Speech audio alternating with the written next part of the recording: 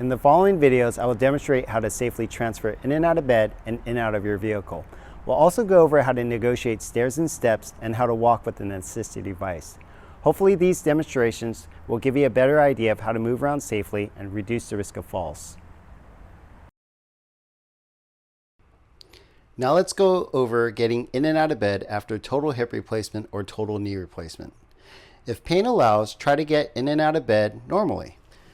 You might scoot to the edge of the bed, prop yourself up with your elbows in your hands, and swing your leg over to the edge.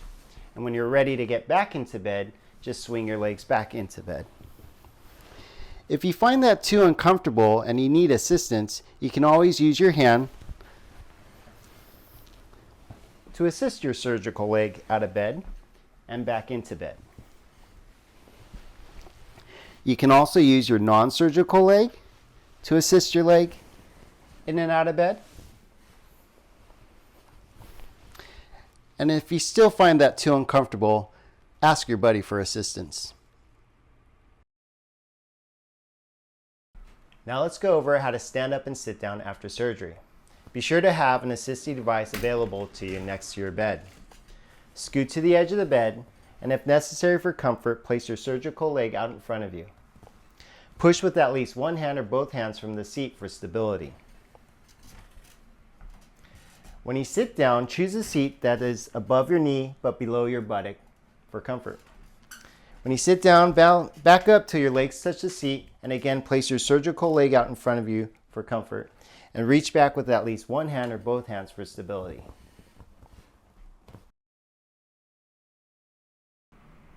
Now let's go over how to fit an assistive device. Be sure to stand up tall with your shoulders relaxed, let one arm dangle, and your wrist joint should hit the hand pad. So when you place your hands on the assistive device, you'll have a slight bend in your elbow. When it's time to start walking, be sure to use the assistive device that was recommended to you by your physical therapist.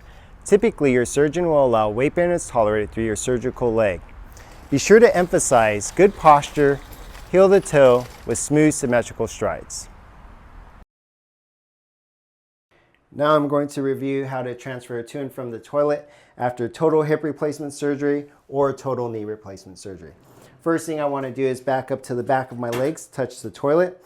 Then I want to slide my right foot forward for comfort, and I want to make sure I lean onto something stable for safety. Either this counter would be good, or I can lean onto the toilet itself as I sit on down for stability.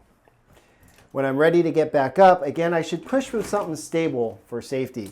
I can use the counter, or again, I'm going to push from this toilet as I stand back up. And I had my right leg out in front of me for comfort. Now I'm going to go over how to transfer in and out of a car after total hip replacement surgery or total knee replacement surgery. First thing I want to do is back up to the back of my legs or braced up against the car. Then I want to step forward with my surgical leg for comfort.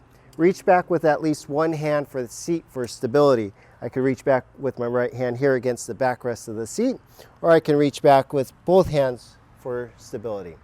Once I'm seated, I can move the walker out of the way. I want to scoot my buttock all the way back. Then I'm going to bring my non-surgical leg in, and if I can comfortably, then I'll just bring my leg in.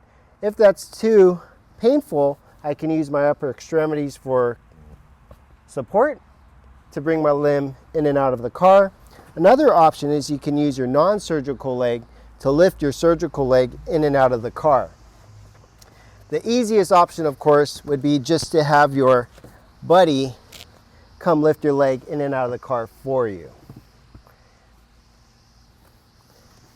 When it's time to get out of the car, make sure you scoot to the edge of the seat first. Have your buddy bring the walker out of the trunk. Make sure you push with at least one hand from the seat. I could either use my right hand against the backrest, my left hand against the seat, or one hand on the walker to stand back up.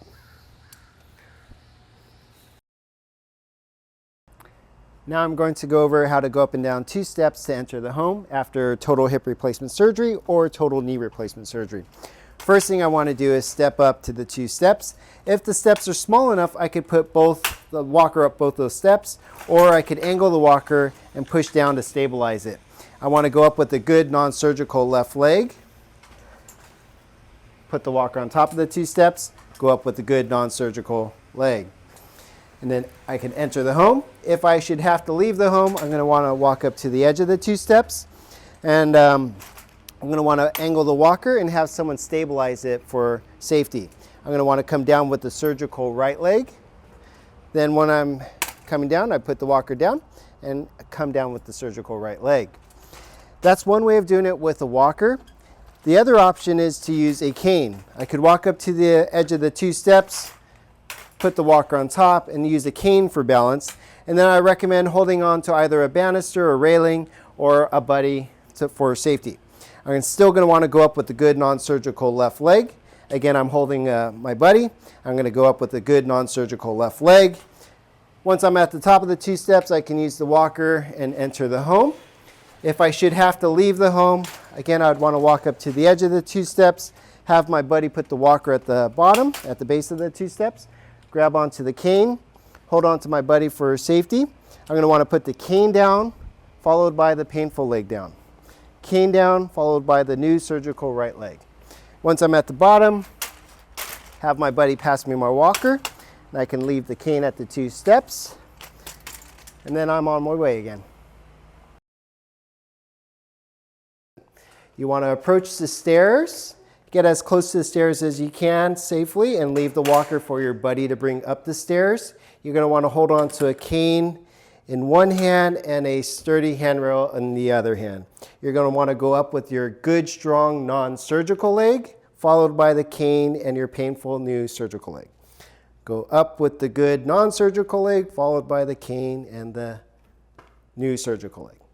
So we have the saying, up with the good, up with the good, up with the good.